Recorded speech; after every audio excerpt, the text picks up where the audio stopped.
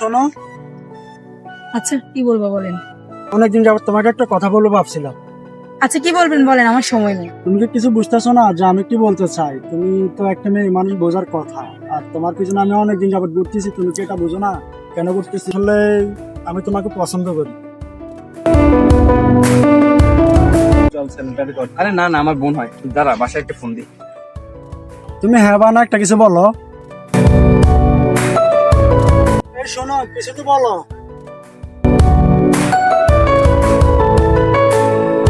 এই দাঁড়াও, কিছু তো বললা না। পিছনে বাইয়া আছে। আচ্ছা তাহলে এটা নিয়ে যাও।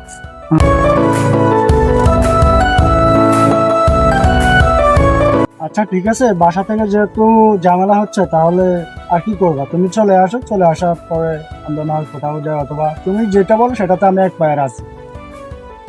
ঠিক আছে, আমি ওয়েট করতেছি, তুমি আসো, তুমি তাড়াতাড়ি আসো। আচ্ছা, অনেকক্ষণ হয়েছে এখানে এসে বসে রইলাম, কোনো কথা বলতেছো না, কি কোনো সমস্যা?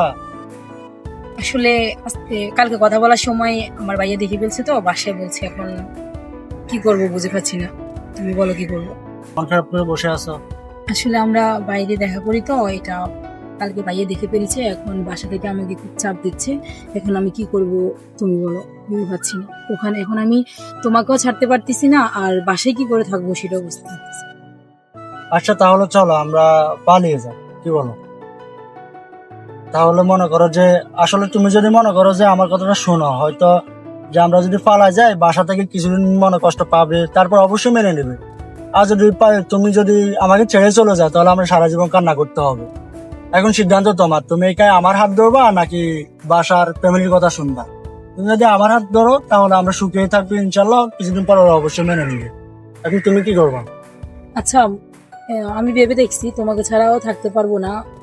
কি করবে এখন? তোমাকে ছাড়া থাকতে আমার অনেক কষ্ট হয়। আচ্ছা ঠিক আছে, তাহলে চলো আমরা পালিয়ে যাই, কি বলো? তাহলে আর তুমি আমাকে ছাড়া থাকতে হবে না, আমি তোমাকে ছাড়া থাকতে হবে না। হয়তো ফ্যামিলির কষ্ট হবে, তারপরে মেনে নিবে, কি বলো? আচ্ছা ঠিক আছে।